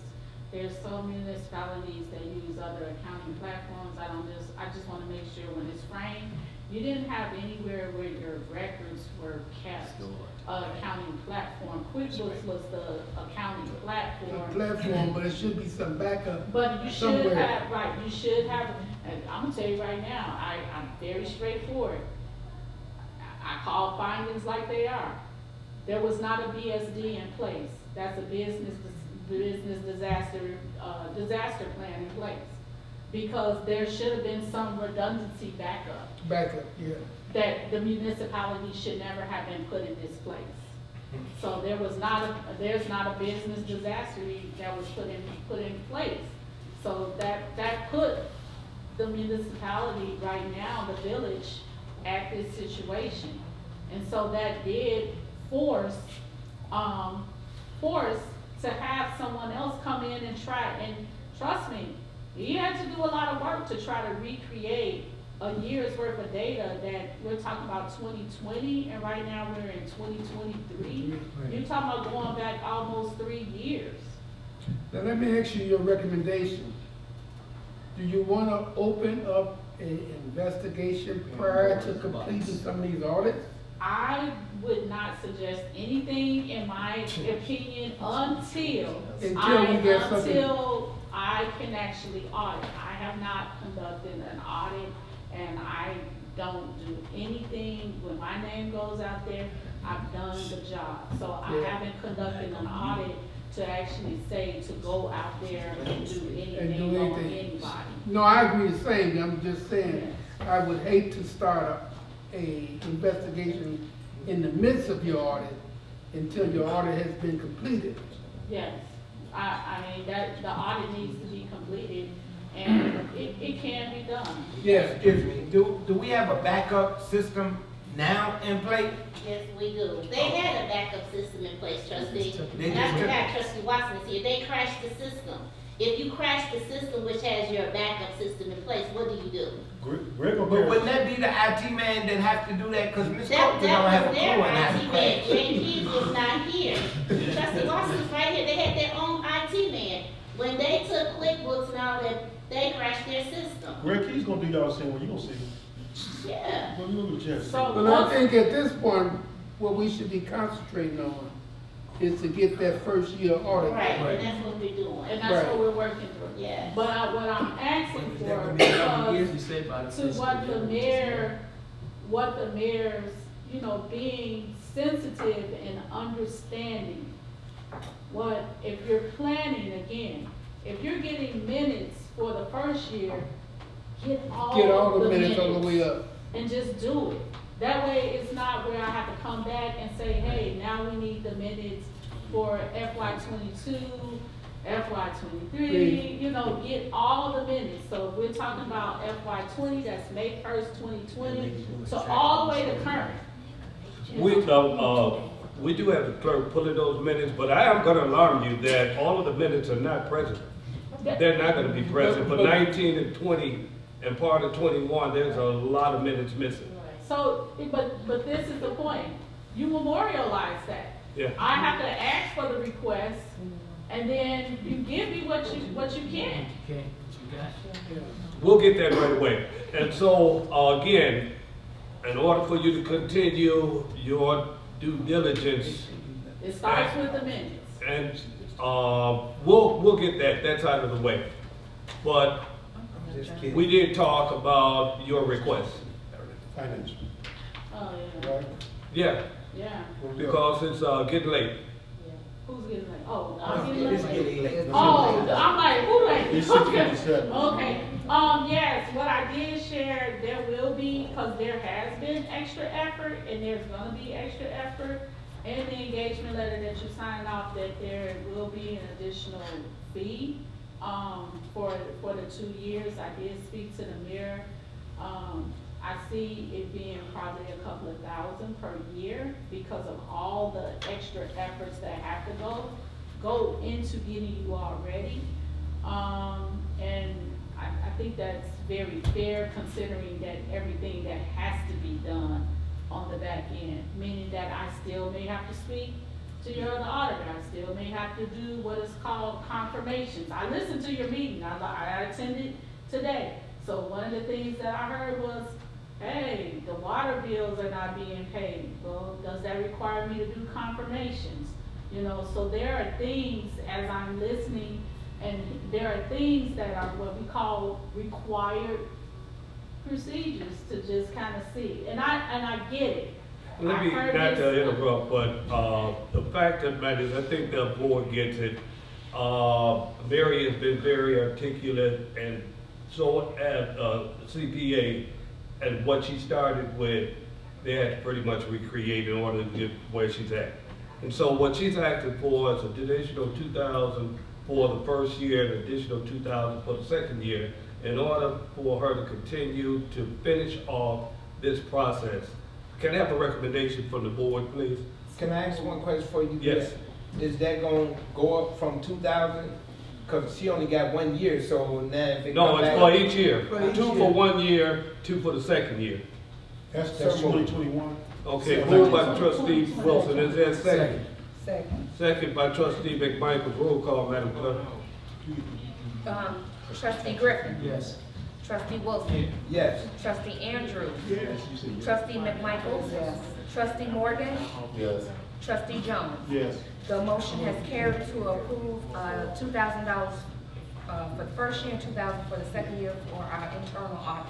And I'm gonna ask this, CPA, that you would at least once every 30 days, whether it's in writing or whether it's you being present, that you keep the board informed of the progress. Yes. We don't want it to be 5 months from now, and we want to see some progress. And I think that the board should be aware of, you know, where we're at and what we need to do in order to get this done. She stated that she should be done with this before the fiscal year, did you? It's for the I'm- first one. that's- I'm that's trying for my the first first one. I'm trying my best for the first one. That's her But intent. that's progress. you know. Well, hopefully, That's if you what- finish with both years, we may figure out how to give her a bonus if she do. I don't know. Yeah, that, I mean, Well, that means you gotta work hard, position, all right? no records. All right, thank you. Thank you. This part of the agenda is for citizens.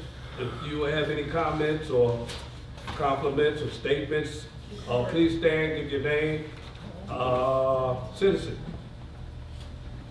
Yes, my name is Donald Smart. You told me last time to talk to the clerk at the mayor, okay? That woman over there told me twice, get out of there before we have you arrested. Talk to the mayor, okay? I went back in bank statements, you guys paid me in 2021, 7, 12, 21, you paid me the first time. The second time was 12, 10, 21, and the third time you paid me was March 22. She keeps saying you got paid 3 times last year, okay? In 2 years, you get paid 6 times, right? I got paid 5 times. Went back in the bank statements, and I says, I got 2 statements. September 8th, I got paid at 22. November 28th, not to 22. I don't have anything for the 3rd. Because you owe me for six times, I've only got paid for 5 times. Went to the bank statements, went to the bank, and said, I got prove it that I'm right and you guys are wrong. And this man over there says, I'll take care of it. I'll look into it. If you look back in the bank statements, 21, I What got paid twice. What man is that? Andrews. Trustee? Mm-hmm. He said he'll take care of it. Last time I talked to him was the last time we were here at City Hall meeting. He hasn't called me. I told you to call Chuck. I don't know. Do we have the evidence of what was paid to us? Yes, we gave it to him. Yeah. Go back on 21. You can see, Excuse me. we got paid twice. Mary said. Mary, do we have the evidence of what payments he received? We do, and we gave him to an attorney. First of all, when that payment that he's referring to, it must have been under Mayor Coulter, and she had told him to stop cutting.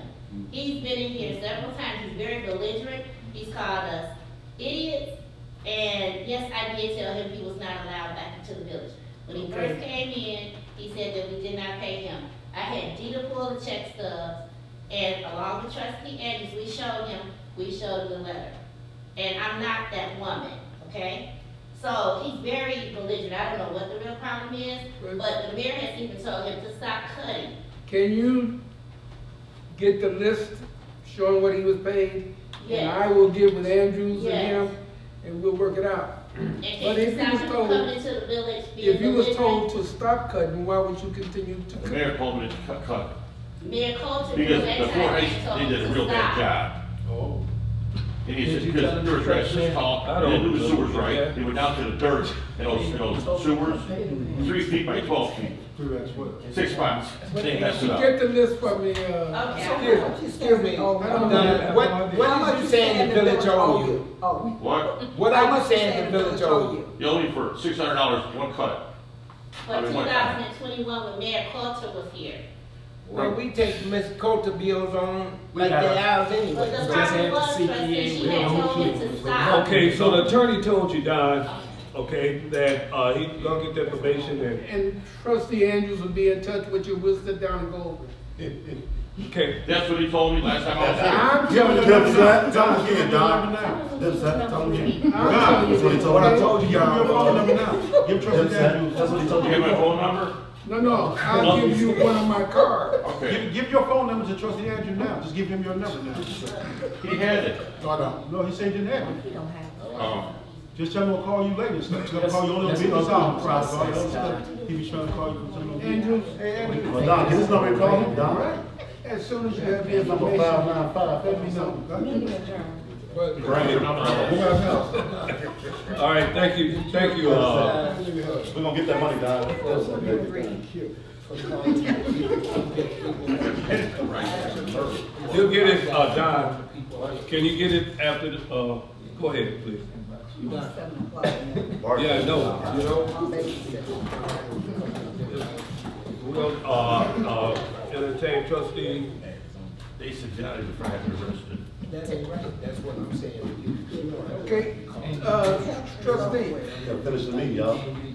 Don, Okay, can you have a seat now, please? Okay. Also want to bring up, Is that better, Mr. Wilson, trustee? Yeah, that's a. Mayor, What? I'll bring up, they don't pay me to pick up the garbage. Last week, I didn't pick up garbage for 1 week by Congress to Park Lane. I filled up 3 bags 3 days ago.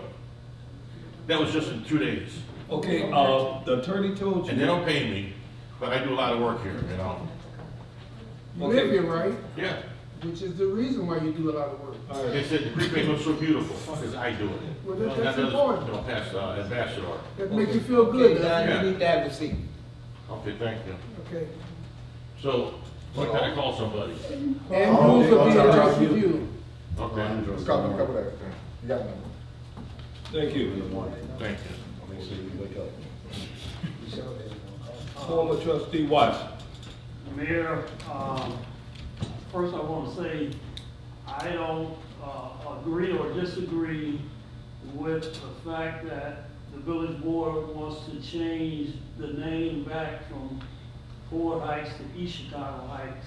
But I would like to have more information about the reasoning and what benefits will the village get from doing this. You don't have to answer that today, but at some point, I would like to know. Because we need our money back. Yeah, go ahead, trustee.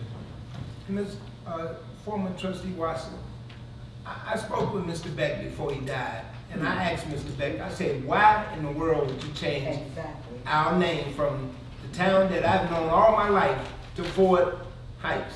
And he told me simply that he thought Ford Motor Company was gonna kick in and contribute to this town by being named after Ford.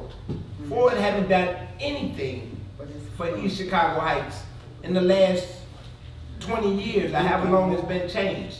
They haven't done anything. And every year, Ford sues the school district and takes their taxes back. Every year. And been doing it for years and years. And I didn't understand why he would change it, but that was the knowledge that Beck told me, the reason why he changed it. He would hope Ford Motor Company would say, well, they named downtown after this billion-dollar company here, that they would do something for us, and they done absolutely nothing. So we need to be back to East Chicago Heights, where it was originally from in the beginning. Well, I understand your point as far as saying that what Beck did at that particular time, and I don't agree or disagree with that. However, you haven't told me the benefits of changing it back, or is it just symbolic? Well, it's no benefit in having it forward. No, but None. There's no benefit. At East Chicago Heights, Go ahead, trustee trustee. Watson. I think. For 8 years, many years, we've been, want to change our name back to, East Chicago Heights. I believe it'll be better. You don't think so? I believe one of the I don't benefits. know, I'm just asking. I'll tell you what I think about the right benefits, now. trustee Watson. I think one of the benefits would be that everything that's attached to Ford Heights will stay attached to Ford Heights. Everything that's attached to East Chicago Heights, meaning that we might be able to get away with some bills, or we might get away with some lawsuits, things like that. At least, you Yeah. gave me an answer towards that point. This is what he thinks the benefits I are. think benefits is, y'all upset about my Trustee, come on now. Okay, who next? All right, so I'm being summoned to call it evening. Thank you guys for coming. I thank you for your comments and your statements. May I have a motion to adjourn? Moved by trustee Griffin, second by trustee Michael. All in favor, you decide of aye. Aye. All opposed, nay. So ordered. Thank you.